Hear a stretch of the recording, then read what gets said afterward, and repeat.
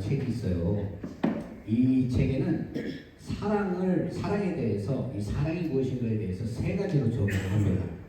첫 번째는 뭔가 하면은 if, 만약에에 대한 사랑이에요. 이 만약이라는 이 사랑은 이런 거예요.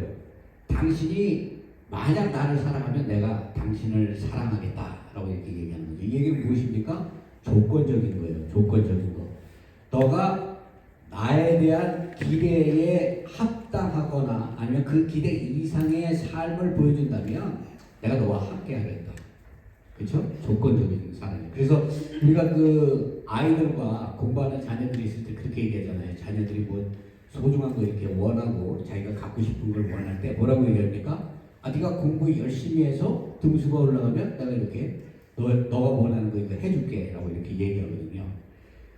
그 사람의 필요를, 그 요구를 충족시켜주는데, 충족시켜줄 때 얻게 되는 이러한 그 사랑입니다. 여러분, 만약에 우리가 이 하나님의 사랑이 이렇게 만약에 우리가 어떻게 하기 때문에 너희를 사랑한다, 만약에 이렇게 한다면 그 사랑에 우리가 은혜가 있겠습니까? 하나님께서는 만약에 우리에게 너희가 열심히 기도하고 열심히 봉사하고 전도하고 헌신하고 하나님의 뜻에 부합하게 그렇게 살아가면 내가 너희를 더 사랑할 거야 라고 만약에 이렇게 말씀하신다면 우리의 마음에 부담이 얼마나 많이 있겠어요. 왜? 그 하나님이 원하시는 그 사랑을 우리가 다 이뤄드릴 수 없기 때문에 그래요. 자, 두 번째는 뭐라고 얘기하는가면 때문에 라고 이렇게 얘기합니다. 때문에. 이 때문에라는 이 사랑은 어떻습니까? 어떤 이유가 존재해야 된다는 거예요. 네가 이쁘기 때문에 내가 너 사랑해. 너 돈 많기 때문에 내가 너 사랑해. 너 지식이 많기 때문에 내가 너 사랑해. 그 어떤 이유가 있는 거예요. 그죠? 이런 이유를 가지고 상대방에게 그 사랑을 표현한다. 그러니까는 여러분 한번 보세요. 이것도 어떻게 보면 조건적인 것과 거의 비슷하죠. 나를 만족하지 못하고 내 기대치에 어긋나면 어떻습니까? 그 이유에 합당하지 않으면 내가 그 사람을 사랑하지 않겠다는 얘기예요. 하나님께서 우리를 사랑하는데 우리에게 이러한 이유가 있기 때문에 우리를 사랑한다. 만약에 우리가 교회에 열심히 출석하고 우리의 신앙이 믿음이 좋고 또 나는 모태신앙이고 정말 하나님께 인정받을 만한 그러한 이유가 있다. 그래서 하나님이 나를 사랑하신다. 내가 헌신하고 충성하기 때문에 하나님은 나를 더 사랑해 주실 거야. 만약에 이렇게 우리가 하나님의 사랑을 제안한다면 지극히 인간적인 사랑으로 하나님의 사랑을 격화시키는 그러한 결과가 될 것입니다. 근데 세 번째는 어떠한 사랑이 있다라고 얘기하는 거면 불구하고라는 사랑이에요. 불구하고. 어떤 조건이나 어떤 이유에 합당하게 그 필요를 채워주지 않음에도 불구하고 맹목적으로 사랑하는 것. 부모가 자녀를 사랑할 때 여러분 조건을 가지고 사랑합니까? 제가 예전에 어디에서 이런 경우를 봤는데 어떤 사람이 본의 아니게 그 화를 참지 못해서 아주 악한 일을 하게 됐어요. 그러다 보니까 중국 같은 데는 사형제도가 있잖아요. 사형제도가 있으면 많은 사람들은 그 재판할 때도 그렇고 그 사람한테 손가락질을 하거든요. 보통 사람이 저지를 수 없는 그러한 죄악을 그 사람이 범했기 때문에 그는 죽어도 된다라고 이렇게 사회적으로, 인간적으로, 법적으로 그렇게 심판을 한 거예요. 그러나 거기에 함께 있는 그의 어머니의 마음은 어떨까요? 그 자식이 그러한 악한 형벌을 범했다고 해서 그 자식에 대한 사랑을 부인하겠습니까?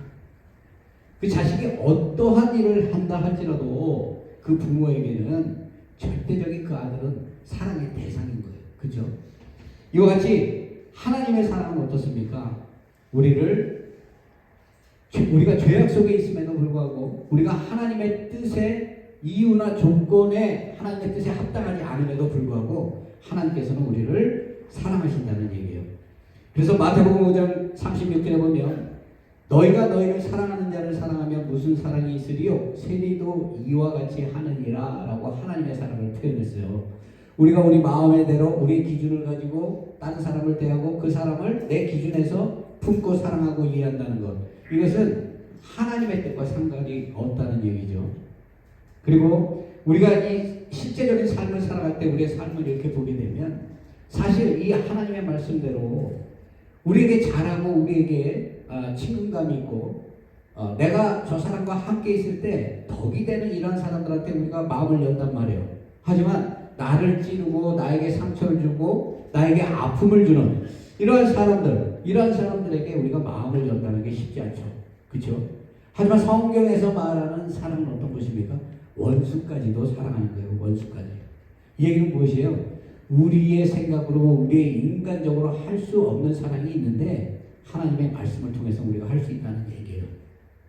정말 원수 같은 사람이 있지만 그 원수를 갖고 싶은 사람이 있지만 이 성경에 그 원수까지도 사랑하라 하는 그 말씀이 떠오르면 그 원수를 눈앞에 놓고도 미워하지 못하는 거예요. 왜 그래요? 우리가 하나님에 대한 그 사랑을 몸소 우리가 체험을 했기 때문에 그렇습니다. 이 오늘 본문에는요, 이 하나님의 사랑을 응축해 놓은 그러한 이 말씀이기도 해요. 오늘 본문 1절에 이렇게 보면 뭐라고 말씀하시는가 하면 여호와께서 내게 이르시되 이스라엘 자손이 다른 신을 섬기고 건포도 과자를 즐길지라도 여호와가 그들을 사랑하나니 너는 가서 타인의 사랑을 받아 음녀가 된 그 여자를 사랑하라 하시기로. 지금 어떤 사람을 사랑하라고 얘기하는가 하면 음녀가 된 사람을 사랑하라 라고 이렇게 얘기합니다. 이 호세아서 1장 2절에 보면요, 하나님께서 이렇게 말씀하세요. 여호와께서 호세아에게 이르시되 너는 가서 음란한 여자를 맞이하여 음란한 자식들을 낳아라. 이 나라가 여호와를 떠나 크게 음란하기 때문이라 라고 이렇게 말씀을 합니다. 여기에 나오는 호세아는 누군가 하면 하나님의 마음을 빗대서 말씀하고 있는 거죠. 그리고 여기에 나온 음란한 여인은 고멜이에요. 고멜. 하나님께서 호세아 선지자를 부릅니다. 하나님의 일을 하고 하나님의 말씀을 대언하는 선지자에게 무엇을 명령하시는가 하면 음란한 여인, 말 그대로 창기, 세상에서 그 누구도 인정해 주지 않는 정말 여자로서는 가장 수치스럽고 어떻습니까? 가장 정말 어떻게 보면은 그 마음에 그 고통을 가지고 있는 이러한 여인을 가서 어떻습니까? 가서 사랑하라라고 지금 이렇게 말씀을 하고 있는 거예요. 그러면서 하나님께서 그들의 죄악이 어떤가 하는 것을 뭐라고 말씀하시는가 하면 결혼해서 아들을 낳아서 이름을 짓는데 첫째 아들을 낳으면 이스라엘이라 하라. 이 이스라엘이라는 것은 흩으신다는 뜻이에요. 흩으신다. 하나님께서는 세워주시고 품고 이게 아니라 하나님께 범죄하고 그렇잖아요. 바벨탑 쌓을 때 하나님과 같이 되고자 하는 그 교만한 마음을 갖고 있을 때 하나님께서 흩어버리시거든요. 언어를 흩어버리고 그들이 하나 되지 못하게 하신단 말이에요. 죄악 속에 우리가 있을 때 하나님의 흩어지는 역사가 일어나는 거예요. 우리 안에 완악하고 우리 안에 정말 그 말씀과 상관없는 그러한 그 죄악, 악한 영이 우리에게 들어오면요, 하나님은 그 악한 영을 흩으십니다. 두 번째는 루하마다라고 이름을 지라고 합니다. 이 이름의 뜻은 무엇인가 하면 은총을 입지 못한다. 말 그대로 하나님께 긍휼함을 받지 못한다는 얘기예요. 하나님이 그를 불쌍히 여기시지 않는다는 얘기예요. 누구를 향해서 이렇게 얘기합니까? 지금 이스라엘 백성들을 향해서 하나님의 마음이 이렇다는 거예요. 그리고 세 번째는 뭐라고 얘기하는가 하면 로암이라라고 이름을 지라고 얘기하는데 얼마나 이 죄악이 관영하면 이들은 더 이상 내 백성이 아니다. 나는 너와 관계가 없다. 내가 너랑 언약을 맺었지만 이제 그 언약 파기하고 내가 너희들을 저주와 심판으로 함께 할 것이다. 우리 신명기 28절에 보게 되면 나오잖아요. 하나님의 말씀에 순종하는 자는 축복이 임하지만 하나님의 말씀에 불순종하는 자는 어떻게 해요? 저주와 심판을 받는다고 이렇게 말씀을 했거든요. 지금 이렇게 그 하나님의 마음이 이렇다는 얘기예요. 겉으로 드러내시는 거예요. 자식이 잘못된 길을 갈 때 부모가 호되게 야단을 치고 그가 정말 죄악에서 돌이키게 하기 위해서 부모가 때로는 얼굴을 바꾸고 마음을 바꾸는 마음에 없는 얘기를 해서 그가 돌아오기를 원하듯이 하나님께서 이렇게 말씀하고 계신 거예요. 그런데 그럼에도 불구하고 그럼에도 불구하고 이렇게 이스라엘 백성들이 죄악 속에 있음에도 불구하고 하나님께서는 뭐라고 얘기합니까? 호세아 선지자에게 다시 그에게 가라. 그에게 가서 그를 사랑하라. 그 여자를 다시 사랑하라. 사실 이 고멜은요, 이렇게 하나님께서 응탕하고 창기와 같이 지내다가 호세아랑 결혼을 해서 자식을 낳잖아요. 자식을 낳았음에도 불구하고 그 가정을 버리고 나아가서 또 다른 그 음욕을 쫓아, 정욕을 쫓아서 우상 숭배에 빠진 이러한 여인이에요. 그럼에도 불구하고 하나님께서는 그 여인을 사랑하라. 하나님의 마음이 이렇다는 거 아니겠습니까? 여러분, 우리의 삶을 한번 보세요. 우리는 인간적인 생각에서는 내가 믿지 않는 사람보다는 우월하고 내가 하나님과 가까이 있다라고 이렇게 우리가 생각하기 쉽거든요. 하지만 저 역시 신앙생활하고 저 역시도 목회자로 이렇게 부름을 받았지만요, 내 안에는 더러운 죄악들이 많이 언제 시도 때도 없이 역사합니다. 근데 이것이 악한 영의 역사라는 것을 목회자는 알아요. 내가 영적으로 깨어있고 하나님의 말씀 안에 서 있으면 이 영 분별 능력이 생겨서 이게 악한 영의 역사인지 아니면 지극히 사악한 마귀의 역사인지 이게 보이는 거예요. 그래서 하나님이 우리를 정말 이 죄악 속에 잠시 우리가 한눈 팔면 넘어질 수밖에 없는 그런 존재고 하나님을 부인할 수밖에 없는 그런 존재지만 하나님은 어때요? 우리를 끝까지 사랑하신다고 이렇게 말씀하고 있는 거예요. 그들의 죄악상에 대해서 뭐라고 얘기합니까? 1절에 여호와께서 내게 이르시되 이스라엘 자손이 다른 신을 섬기고 검포도 과자를 즐길지라도 여호와가 그들을 사랑하나니. 여기서 얘기하는 지금 두 가지 잘못이 나오죠. 다른 신을 섬기고 그리고 검포도 과자를 즐길지라도. 이 검포도 과자라는 것은 그 이스라엘 백성들이 밀로 만들어서 먹는 빵에 과자처럼 검포도를 넣어서 아주 달게 먹는 거예요.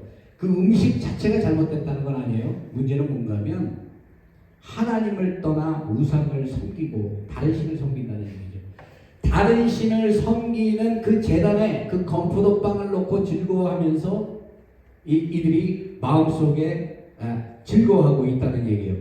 말 그대로 하나님이 주신 그 풍요, 하나님이 여태까지 광야에서 고난과 어려움과 괴로움 속에서 이스라엘 백성들을 택해서 인도해 주신 그 하나님의 진짜 함께 하시고 동행하시는 그 은혜를 잊어버리고 지금 어때요? 약속의 땅 가나안에서 바알과 아세라 신상에게 절하면서 그 풍요에 흠뻑 젖어서 그 하나님을 떠난 이스라엘 백성들을 정말 하나님이 보시기에는 어떻겠습니까? 하나님이 선민으로 택했음에도 불구하고 그들의 하나님의 뜻을 알지 못하고 하나님을 떠나 있는 그런 삶의 모습. 여러분, 오늘 이 말씀에서 보면요, 이스라엘 백성들이 광야에서는 불평하고 불만을 했지만 하나님이 항상 같이 했어요. 구름 기둥 불 기둥 그리고 만나를 먹이시고, 그렇죠? 하나님께서 반석에서 물이 나게 하시고 그들의 필요를 채우시면서 내가 너희들과 항상 함께 한다는 것을 그 사건을 통해서 보여줬단 말이에요. 근데 이 사람들이 맨날 목축업하고 광야에서 이렇게 자기의 생명을 지켜주신 하나님과 함께 하면서도 그들 마음속에 불평 불만이 많았잖아요. 그 지극히 인간적인 거죠. 우리가 우리 삶에 만족이 없으면 불평불만 하면서 살아갈 수밖에 없는 게 인간의 모습이에요. 그런데 문제는 뭔가 하면 약속의 땅에 들어가서요. 약속의 땅에 들어갔더니 거기는 농사를 짓고 자신들이 광야에서 먹어보고 볼 수 없고 만져볼 수 없는 그런 모든 풍요로움이 그 약속의 땅 가나안에는 차고 넘치는 거예요. 그러니까 자신들이 이제 생각했을 때 그들은 이렇게 풍요롭게 지내고 자신들은 광야에서 어려움 속에 지냈는데 보니까 내가 이끄는 하나님은 내가 필요할 때만 채워주는 하나님이지만 이 바알신, 이 사람들이 섬기는 풍요의 신은 그들의 삶을 넘치도록 채워주는 것 같거든요. 그러니까 어떻습니까? 그 미혹과 유혹에 빠져서 어떻게 얘기합니까? 그들이 하나님을 떠나게 되고 이렇게 마치 지금 고멜이 자신의 전부 호세아를 떠나서 그 음욕을 쫓아 살아가는 그러한 모습처럼 이스라엘 백성들이 이렇게 이런 모습으로 가지고 이런 모습이 되어 있다라고 얘기하는 거죠. 그렇다면 하나님의 사랑은 어떠한 사랑인가? 하나님의 사랑은 어떠한 사랑인가?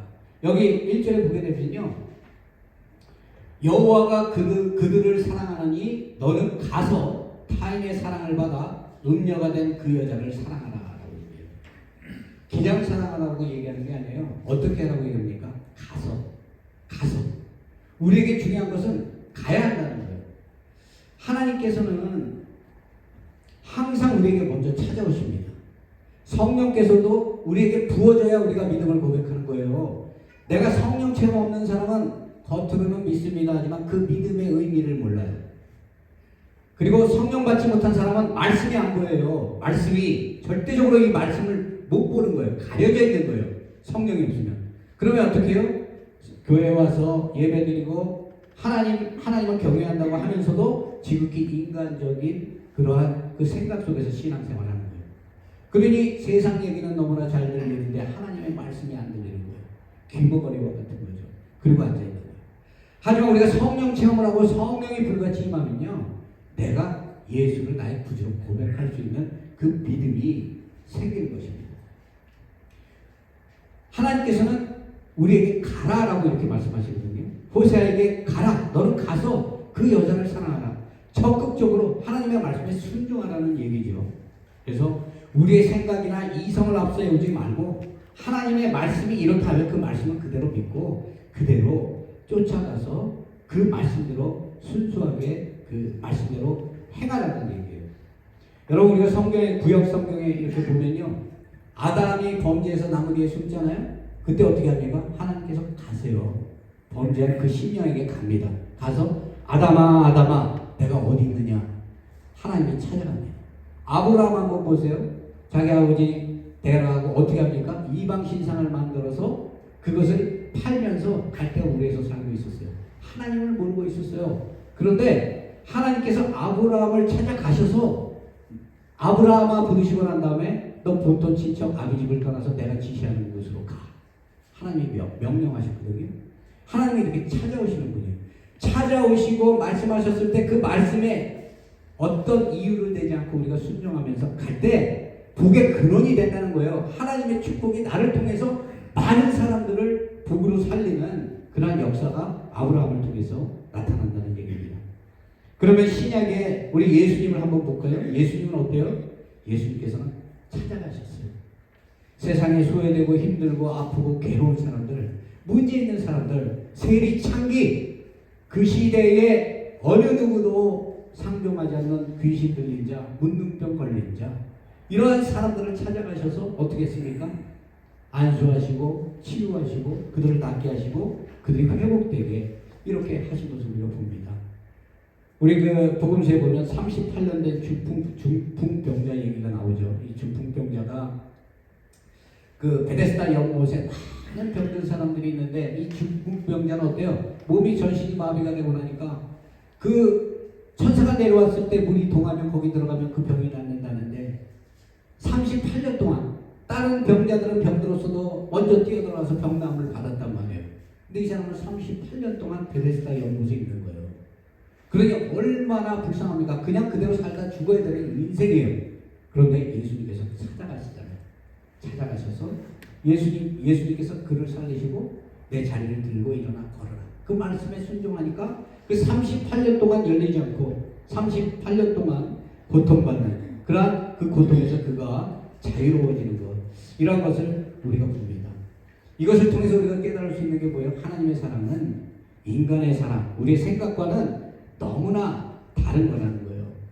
우리는 사랑할 수 있는 사람만 사랑하려고 노력하지만 하나님께서는 사랑할 수 없는 사람들, 정말 저주 속에 있는 것 같다라고 우리가 판단하는 그러한 사람들까지도 우리가 하나님께서 사랑한다는 얘기예요. 여러분, 내가 예수를 구주로 고백하잖아요. 진심으로 성령 받고 고백한 사람은 그 사람의 권세와 빈부와 그 사람이 어떤 그 삶에 어떤 죄악을 저지른 것과 상관이 없어요. 그 순간에 그 사람은 구원받고 영원한 생명 얻습니다. 하지만 세상을 의지하고 하나님의 영분별이 없이 지극히 인간적으로 살아가는 사람들에게는 이러한 그 하나님의 그 축복된 그러한 모습들이 열리지 않는 거예요. 그래서 우리가 세상을 살아갈 때 어떻습니까? 우리가 정말 하나님의 은혜를 받고 하나님 예수 그리스도의 그 사랑을 우리가 몸소 체험했다면 사랑할 수 있는 사람만 사랑하는 것이 아니라 내가 마음에 답답하고 믿고 정말 그 사람이랑 얘기하고 싶지도 않고 어떤 사람은 옆에 오는 것조차 두려운 사람들이 있어요. 하지만 그것까지도 사랑할 수 있는 사람이 되어야 한다는 것입니다. 베드로가 얘기하죠. 예수님께 내가 얼마까지 사람을 용서해야 됩니까? 자, 7번 용서하면 되겠습니까? 그러니까 예수님께서 70번씩 7번 하라. 인간으로서 할 수 없는 것을 우리에게 원하는 거예요.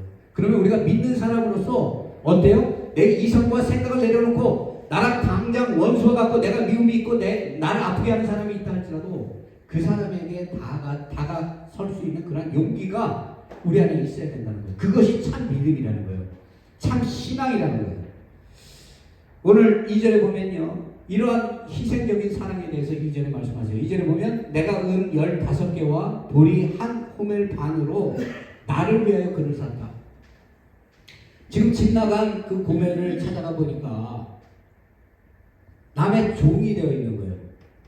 당시대의 종들은 지금 얘기하고 있는 그 종들을 사고자 하는 그 금액이 은 15개와 돌이 한 호멜 반이라고 얘기합니다.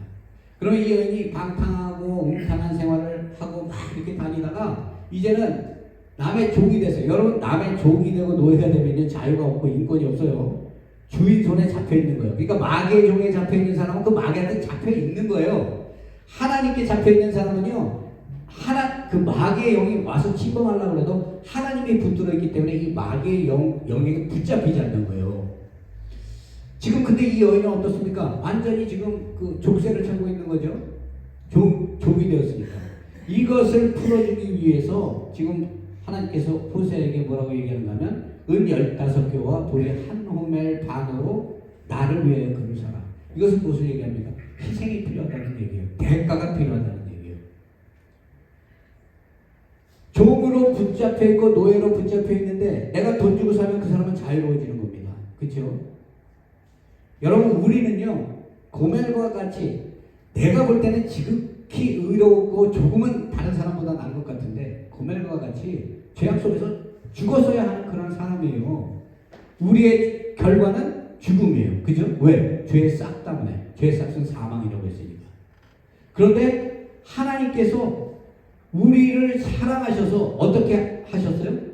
독생자 예수 그리스도를 세상에 보내주시고 예수 그리스도가 십자가에 피 흘리고 죽음으로 인해서 우리가 구원을 받았는데 예수님이 십자가의 죽음을 향해서 갈 때 받은 그 팔린 그 금액이 뭡니까? 은 30이에요. 은 30. 가론유다가 은 30에 팔았단 말이에요. 그죠? 그러면 은 30에 예수님은 팔려서 무엇을 한 거예요? 우리를 죄에서 구원해 주신 거예요. 여러분 예수님께서 뭐가 아쉬워서 우리를 위해서 우리 그 예수님 생명을 십자가에 대속해야 합니까? 여러분 너무 좀 이거는 좀 불공평하다고 생각 안 하세요? 여러분 같으면 다른 사람의 그 죄악을 대속하기 위해서 여러분의 모든 것을 다 줄 수 있습니까? 정말 힘든 얘기거든요. 이게 믿음으로만 해석이 가능한 얘기예요. 왜 이렇게 하셨는가? 예수님께서는 우리가 멸시하고 우리가 손가락질하는 그 한 영혼을 천하보다 귀하게 여기시기 때문에 그래요. 그렇기 때문에 세리나 창기나 그 시대의 제사장이나 바리새인이나 유대 지도자들이 상종하지 않는 그러한 사람들과 친구가 되어주시고 그들의 허물을 덮어주신 것을 우리가 이렇게 봅니다. 고멜이 노예로 있다는 것은요 스스로 자신이 그 노예에서 해방될 수 없다는 거예요. 거기에 대가가 필요하고 거기에 속량이 필요한데 그것을 하나님께서 호세아를 통해서 그렇게 행하라라고 이렇게 얘기를 하는 것입니다. 이것을 통해서 우리가 알 수 있는 건 뭐예요? 우리는 여전히 죄인이라는 얘기예요. 내가 예수 믿고 구원받은 것 같고 나는 의로운 것 같아요. 물론 우리는 하나님께 의로움을 받고 우리는 구원받을 겁니다. 우리의 믿음이 변하지 않는 이상. 그것은 하나님의 주관이에요. 왜? 그 믿음도 하나님의 선물이기 때문에. 우리가 신앙을 끝까지 지키려고 내가 노력한다고 해서 지켜지는 게 아니죠. 내가 믿음이 올바로 세워지기 위해서 세워지는 게 아니죠. 그런 것 같으면 왜 많은 목회자들이 타락하고 범죄합니까? 마귀가 그렇게 역사하는 거예요. 사울이 하나님이 택했을 때 처음에 기름 부음을 받았을 때 의롭게 여김을 받고 이스라엘의 첫 번째 왕으로 세워졌습니다. 그런데 왜 버림을 받아요? 모든 하나님의 영광을 다 가진 것 같지만 결과적으로는 사울에게는 악신이 임하고 하나님의 영이 떠났어요. 하나님께 버림받았다는 얘기예요. 다윗은 지극히 인간적으로 용서받을 수 없는 간음과 살인죄를 저질렀지만 하나님이 그를 위대한 이스라엘의 왕으로 세웠어요. 왜 그래요? 하나님의 영이 그를 붙들고 있기 때문에 그래요. 야곱이 차자임에도 불구하고 형 에서보다 축복을 받은 것은 하나님이 에서보다 야곱을 더 사랑했기 때문이에요. 이 사랑의 개념이 인간의 개념이 아니라는 얘기죠. 그래서 우리가 정말 하나님께 그 은혜를 받고 이 하나님의 은혜로 구원받았다는 것을 우리가 마음속으로 안다면 그 말씀 속에서 정말 겸손하게 우리가 신앙생활 할 수 있을 것입니다. 로마서 5장 8절에 보면 우리가 아직 죄인 되었을 때에 그리스도께서 우리를 위해 죽으심으로 하나님께서 우리에 대한 자기의 사랑을 확증하셨느니라. 확증하셨느니라.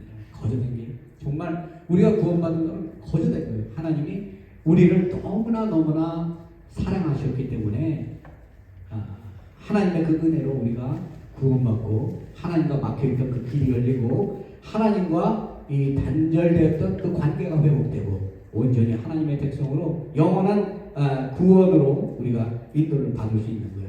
그것은 뭐예요? 우리의 공로나 우리의 노력이나 우리의 자격이 아니라 뭐라고 얘기합니까? 요한일서 4장 10절에 보면 우리가 하나님을 사랑한 것이 아니요 하나님이 우리를 사랑하사 우리 죄를 속하기 위하여 화목제물로 그의 아들을 보냈기 때문이다. 구원은 오직 예수 그리스도의 은혜, 하나님의 사랑으로 우리가 구원받는 거예요. 그래서 그 신약 성경에 보면 사도 바울이 그리스도인들 막 핍박하다가 다메섹에서 예수 그리스도를 만나잖아요. 예수 그리스도 만나고 난 다음에 그가 완전하게 변화됐죠. 거듭났어요. 그리고 사도라고 일칭을 받고 하나님의 일을 핍박받으면서 돌을 맞으면서 죽을 고비를 넘기면서도 하나님의 말씀을 붙들고 가거든요. 근데 그 마음속에 해결되지 않는 문제가 있죠. 무엇을 통해서 우리가 알 수 있어요? 오호 나는 공고한 자로다. 누가 이 사망의 몸에서 나를 구해주려. 이 바울의 이 사망의 몸에서 누가 나를 건져내려.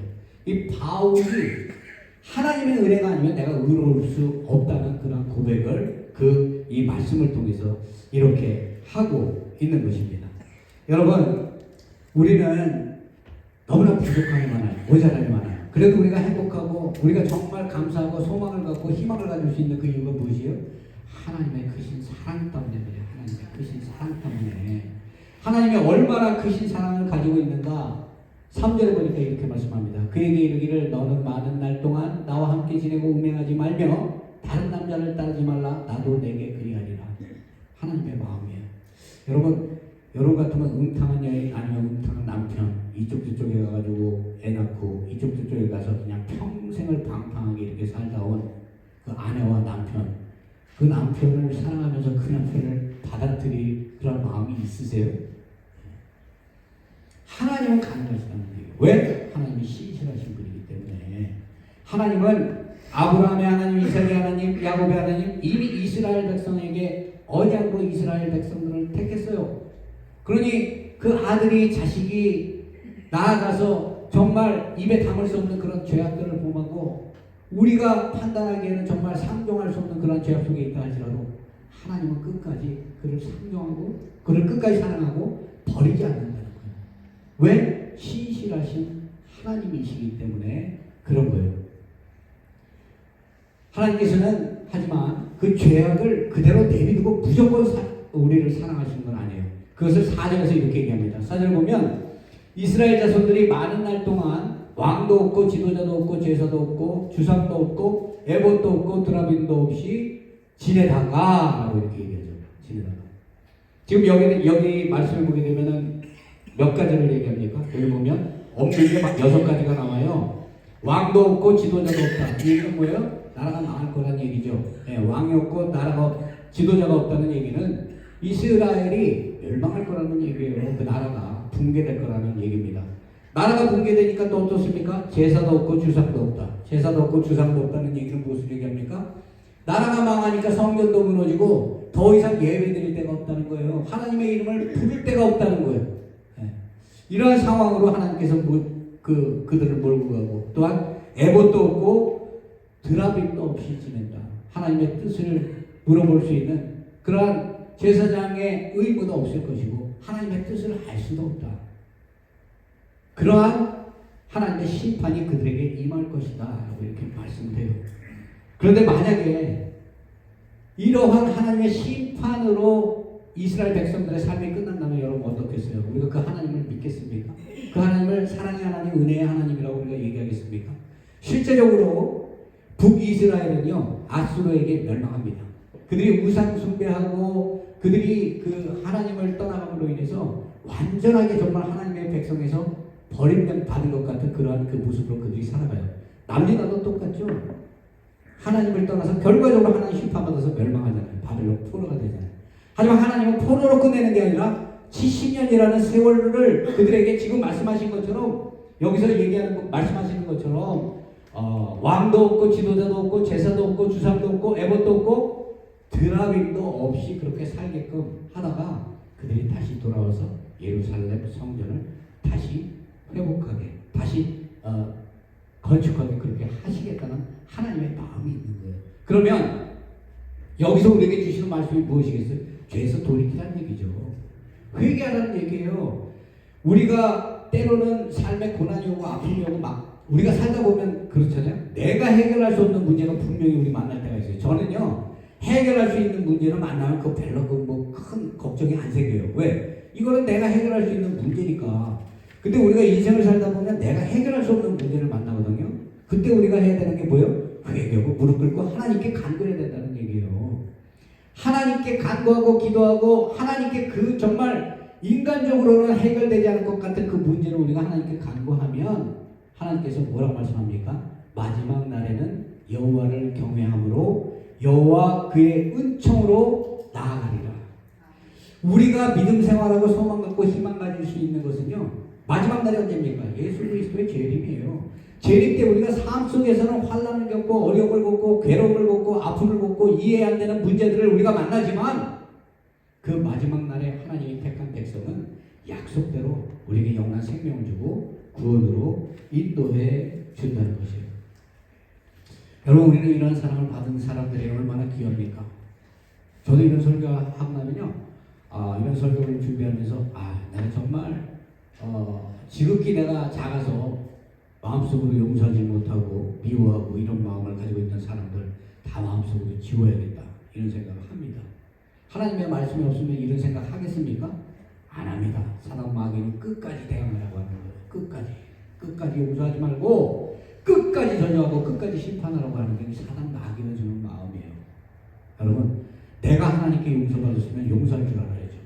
내가 하나님께 하나님의 사랑을 받았으면 내가 사랑할 줄 알아야 돼요. 가장 큰 첫 계명이 뭐예요? 하나님을 사랑하고 내 이웃을 내 몸같이 사랑하라. 서로 사랑하라. 사랑할 수 있는 사람만 사랑하는 것이 아니라 서로 죄가 있고 부족함이 있고 아픔이 있고 상처가 있고 용서 못할 것 같지만 그 사람들에게 내가 먼저 가서 그 사람을 위로하고 이해하고 사랑하라. 이렇게 살아갈 때 하나님께서 우리에게 넘치는 축복과 은혜로 함께 하신다는 것입니다. 이번 한 주 동안에 우리가 살아갈 때 이 하나님의 사랑을 마음속에 넣고 우리가 세상 속에 나아가 승리하는 저와 여러분 되시기를 주의 이름으로 축원드립니다.